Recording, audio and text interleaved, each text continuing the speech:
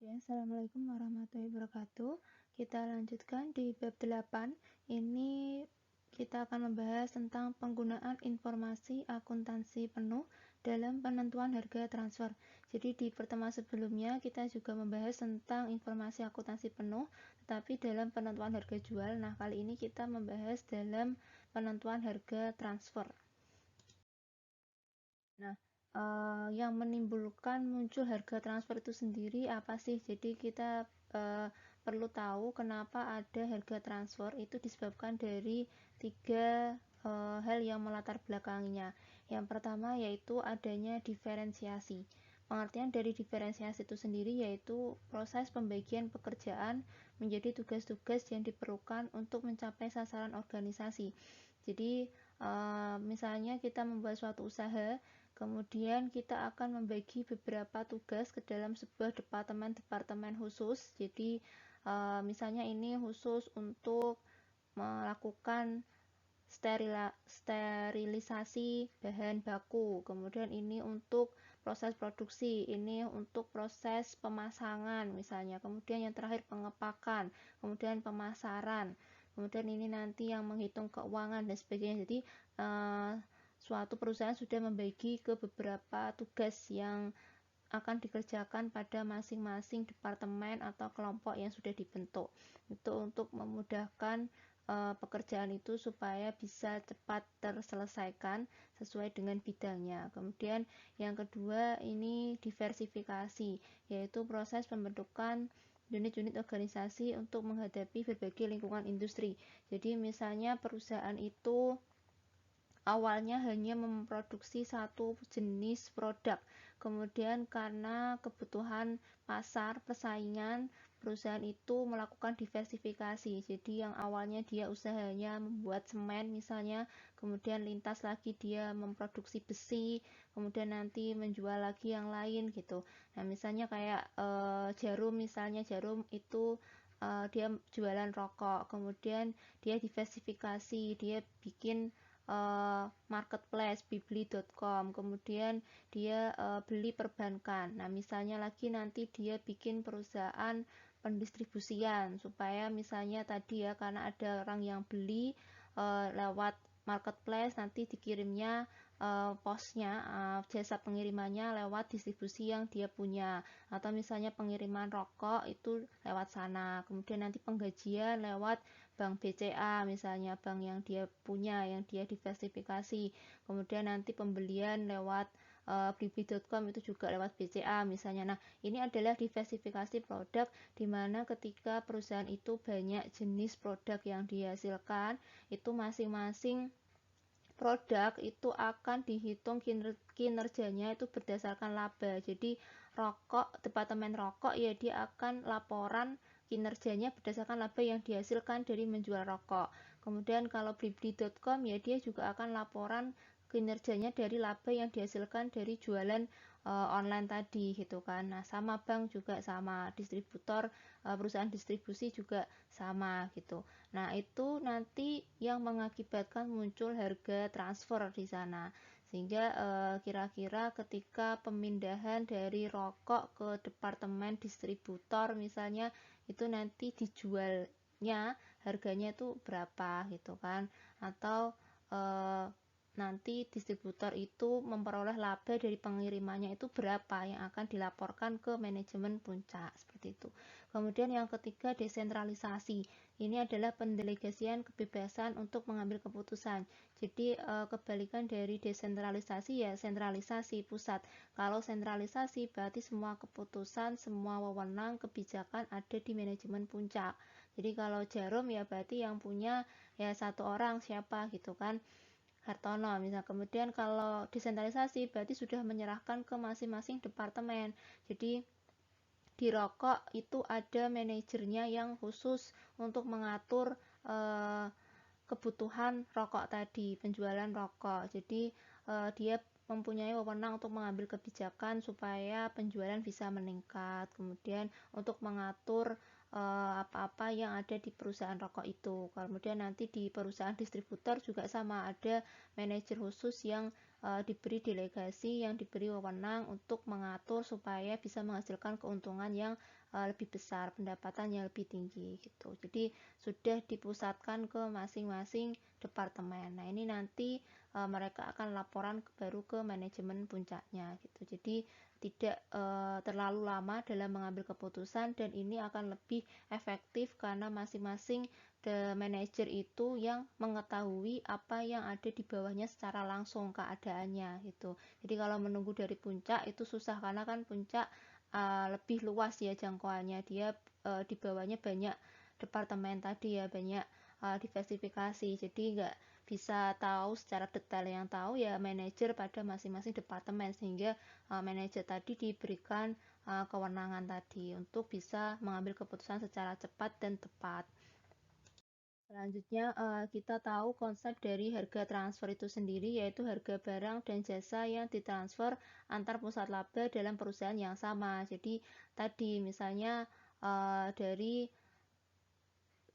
awal misalnya ada departemen sterilisasi bahan baku, kemudian ada proses produksi, kemudian nanti ada pengepakan, kemudian nanti ada pendistribusian. Nah, masing-masing departemen itu dihitungnya itu laba masing-masing, sehingga kira-kira dari proses produksi ketika dia sudah membuat bahan baku yang biayanya sekian menjadi bahan jadi yang nilainya sekian, itu dijualnya ke bagian pengepakan ya. Pengepakan itu nanti dia desain dengan packaging yang menarik, itu dia membutuhkan biaya sekian, kemudian nanti dijual dengan nilai tambah lagi berapa. Nah, sehingga di sana ketika perpindahan itu dari departemen pengemasan itu kan membeli ke departemen produksi gitu kan. Nah, departemen produksi dalam menetapkan harga transfernya ke departemen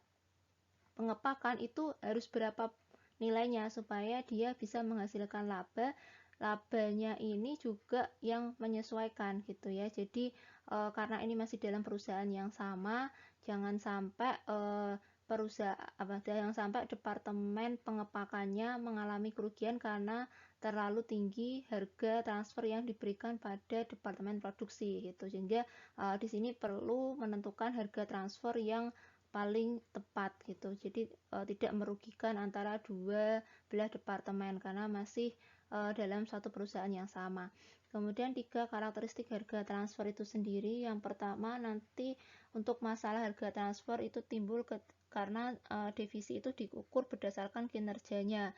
Kinerja dihitung berdasarkan laba yang diperoleh, sehingga harga transfer ini merupakan unsur yang signifikan dalam membentuk biaya penuh produk yang diproduksi di divisi pembeli gitu. Jadi ini merupakan jadi kalau tadi ya divisi produksi menjual ke divisi packaging. Jadi divisi packagingnya adalah pembeli.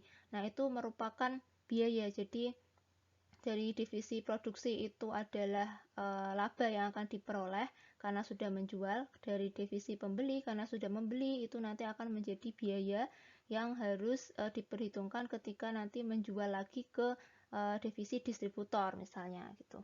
Kemudian yang kedua, harga transfer selalu mengandung unsur laba di dalamnya ini, sehingga karena kinerja dari divisi itu dihitung dari laba, maka ketika suatu divisi itu menjual produknya ke bagian selanjutnya itu dia perlu untuk menerapkan laba supaya dia bisa baik kinerjanya, karena kinerja dihitung dari laba gitu.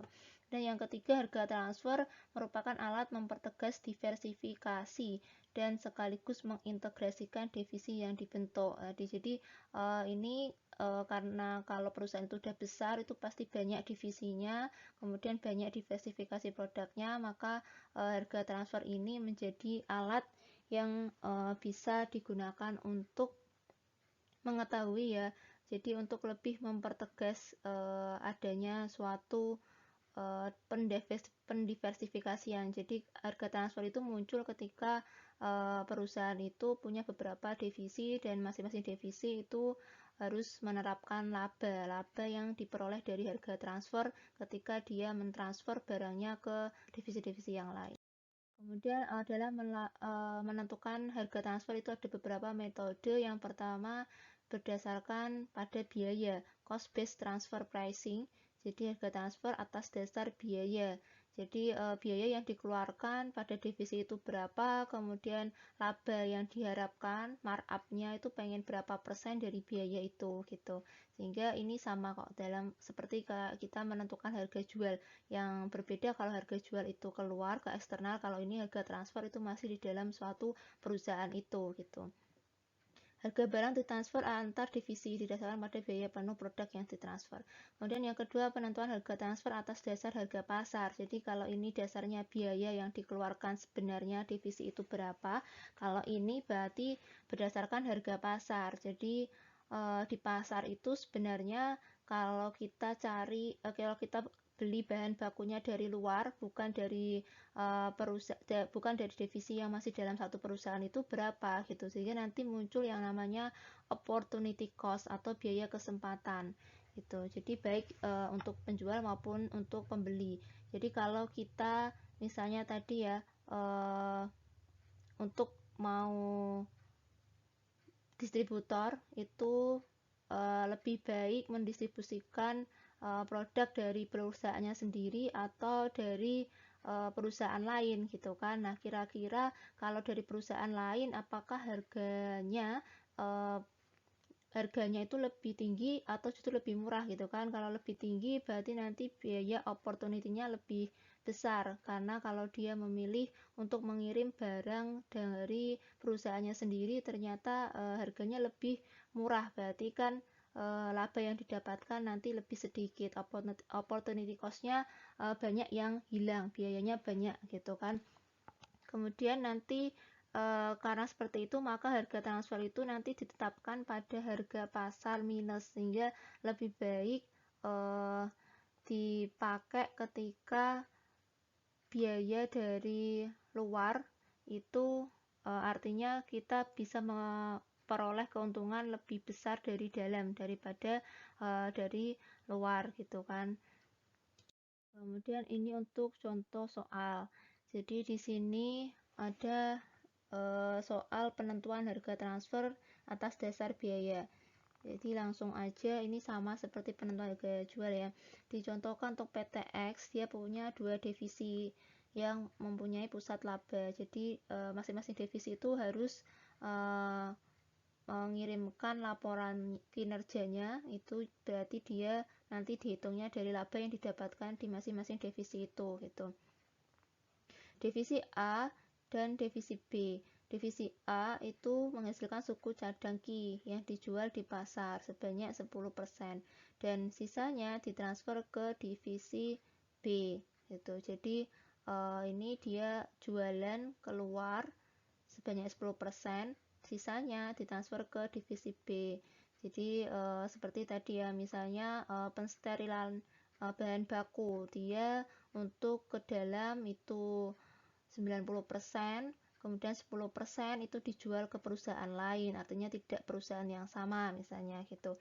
Kemudian manajer divisi A dan divisi B itu sedang mempertimbangkan penentuan harga transfer. Jadi ini dia sedang berunding ya, kira-kira harga yang pas berapa ya supaya divisi A itu nggak rugi dan divisi B itu biayanya nggak kemahalan, nggak ketinggian untuk transfer suku cadang Ki ini. Kemudian ini adalah perkiraan tahun yang anggaran yang akan datang, ingin menentukan harga transfer yang tepat.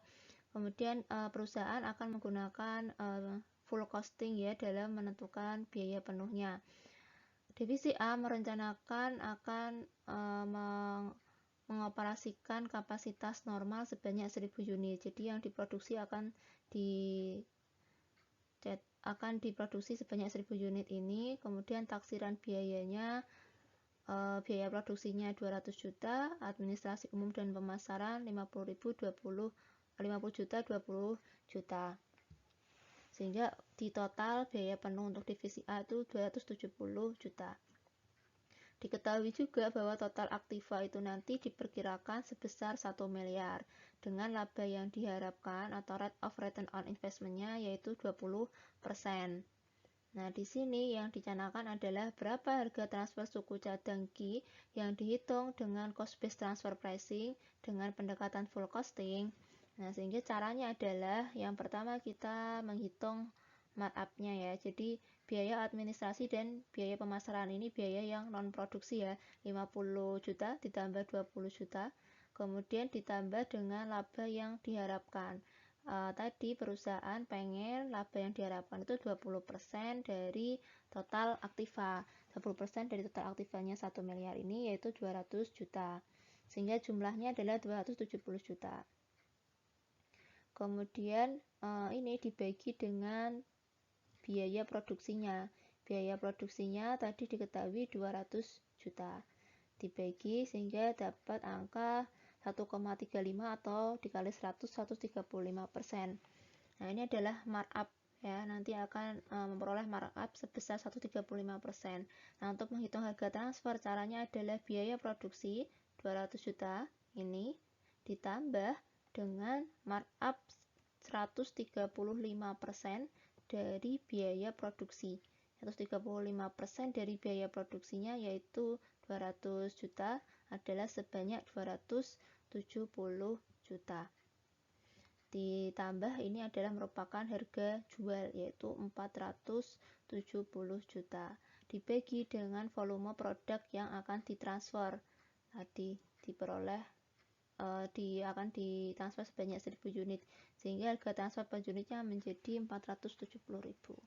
Oke, nanti kalian kerjakan di contoh soalnya ada di latihan soal ya di nomor 14, 15 dan 16 itu kalian coba hitung caranya sama. Oke, terima kasih.